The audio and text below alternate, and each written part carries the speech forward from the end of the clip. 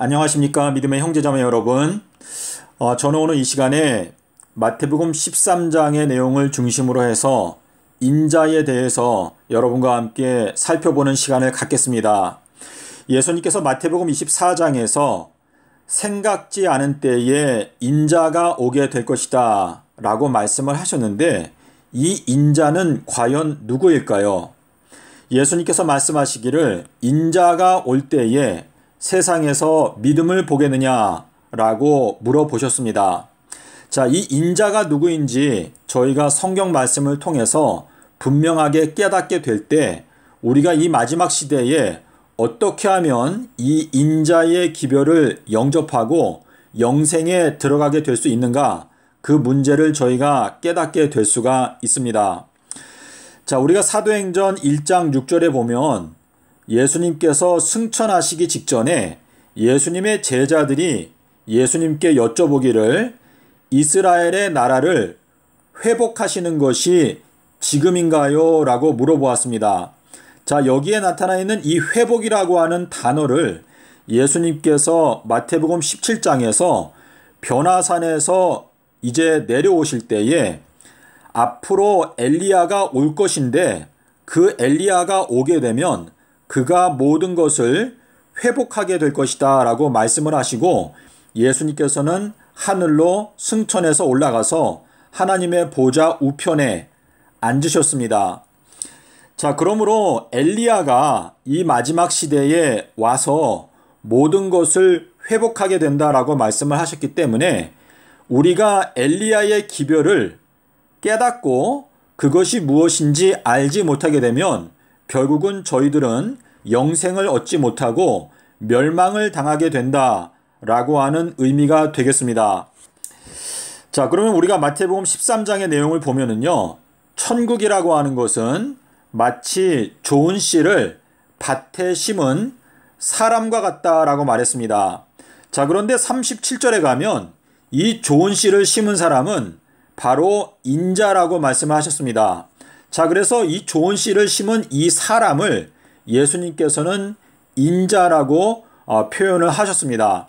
자, 여기에 나타나 있는 이 사람의 스트롱 번호가 444입니다. 자, 이 444라고 하는 이 번호는 이제 하나님께서 사람의 씨앗과 짐승의 씨앗을 나누시는데, 이 444라고 하는 것은 수요일 십자가 진리의 중요성을 저희들에게 알게 해주는 것인데, 우리가 계시록에 가면 짐승의 숫자는 666이라고 말하고 있습니다. 자, 이것은 금요 십자가설을 이제 의미한다라는 것을 여러분께서 기도하시는 마음으로 앞으로 생각을 해 보십시오. 자, 예수님께서 좋은 씨를 심는 사람은 사람인데 그 사람이 바로 인자라고 말씀을 하셨습니다.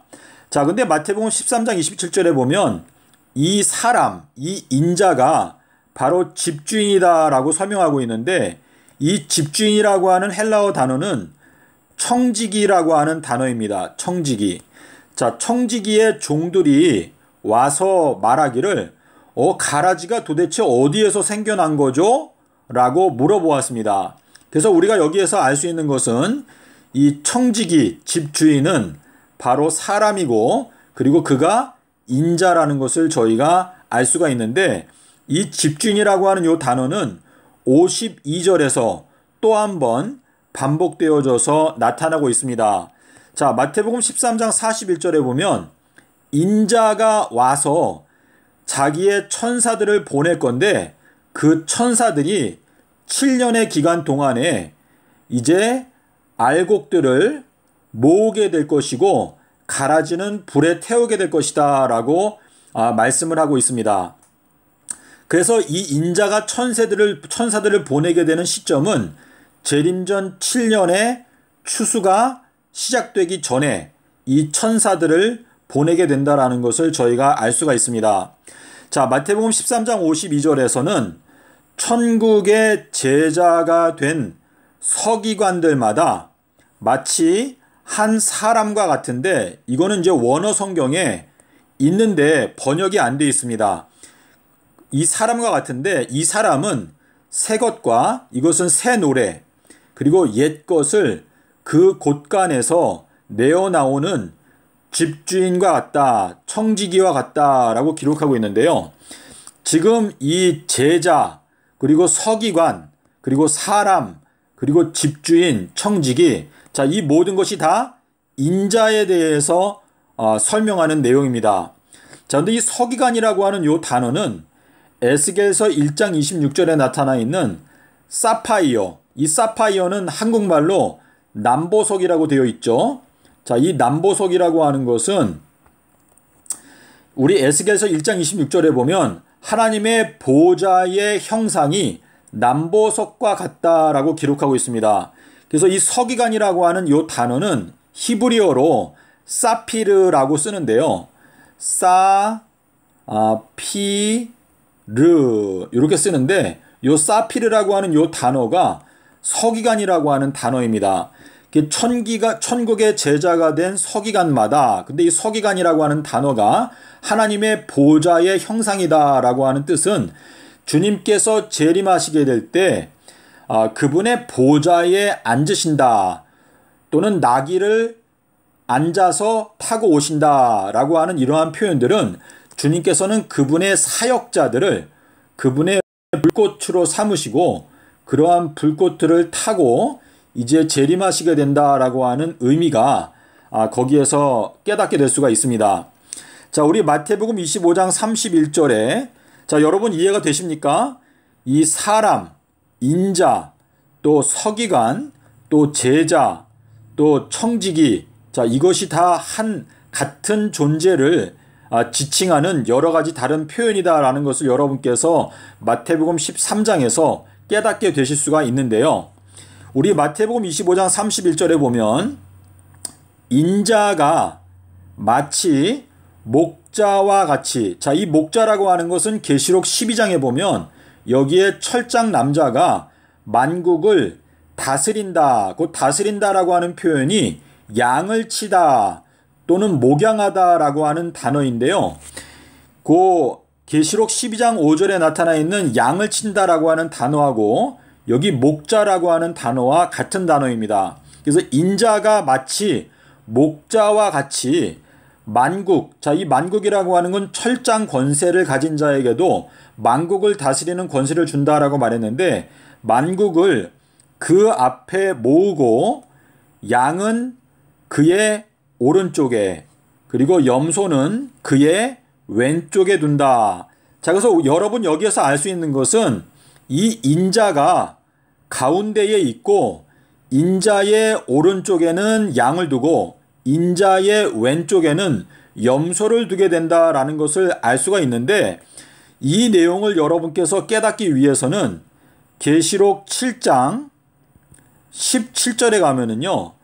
보좌의 가운데에 있는 지극히 작은 어린 양이 이제 다스리게 될 것이고 사람들을 생명수의 강으로 인도하게 될 것이다 라고 하는 말씀이 있는데요. 예수님께서는 하늘에 승천하셔가지고 히브리서 12장 2절에 보시면 예수님께서는 하나님의 보좌에 우편에 앉으셨다라고 기록하고 있습니다. 자, 우편이라고 하는 것은 의로운 편을 말하는 것인데 이사야서 41장 10절에 보면 나의 의로운 오른편으로 너를 강하게 할 것이다. 너를 도와주겠다라고 하는 말씀이 있는데요. 예수님이 오른편에 앉으셨다. 하나님의 보좌의 오른쪽에 앉았다라고 하는 것은 예수님은 하나님 아버지로부터 의롭다라고 하는 평가를 받으시고 하나님의 보좌의 오른쪽에 앉으셨는데 마귀는 왼편에 있는 존재입니다. 마귀는 의롭다함을 받지 못했습니다. 그래서 마귀는 멸망을 당하게 되는데 이 인자가 양은 자기의 오른쪽에 둔다. 다시 말해서 인자가 양들을 모아서 오른편 예수님의 편에 두고 염소는 왼편 사단의 편에 둔다라고 하는 뜻인데 자, 인자가 양과 염소를 각각 나누어 두면은 그때의 임금께서 이 임금은 예수님을 말하는데요. 예수님께서 오른쪽에 있는 자들에게 말씀하시기를 내 아버지께 복받을 자들이여 나라를 상속하라 라고 이제 선포를 하시고, 왼편에 있는 자들에게는 마귀를 위해서 준비된 영원한 불에 너희가 들어가라 라고 말씀을 하십니다. 자, 우리 마가복음 9장 12절 13절이 중요한데, 여러분께서 여기에 기록하기를, 이 기록한다라는 말씀이 두 번 나옵니다. 인자에 대해서 기록하기를 고난과 멸시를 당하리라 하였는데, 엘리야도 역시 기록한 그대로 사람들이 그를 함부로 대우하였다라고 말씀하셨습니다. 자, 엘리야도 역시 한 인자인데 그 인자에 대해서 기록한 그대로 엘리야를 사람들이 함부로 대우하였다. 다시 말해서 인자는 예수님 자신도 인자이지만 엘리야도 역시 인자가 된다라고 하는 의미가 여기에 들어 있습니다. 자, 그러면 한 가지 더 보여드리고,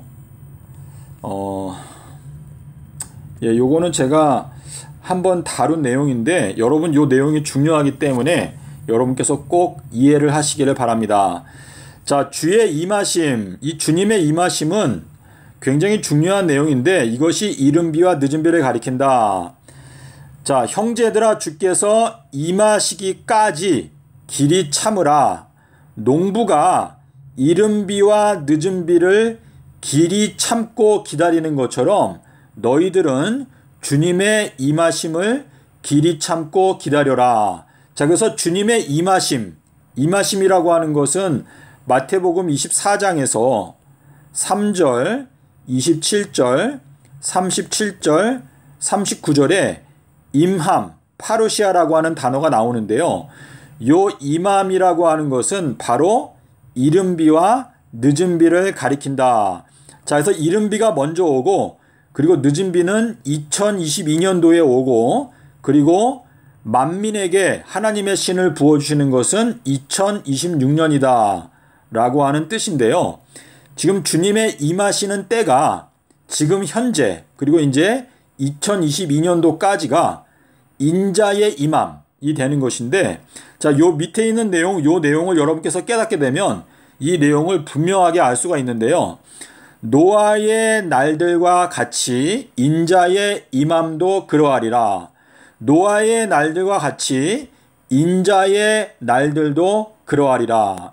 자, 노아의 날들은 인자의 날들인데 노아가 방주를 건축하는 기간이 바로 노아의 날들이다라고 말씀하셨습니다.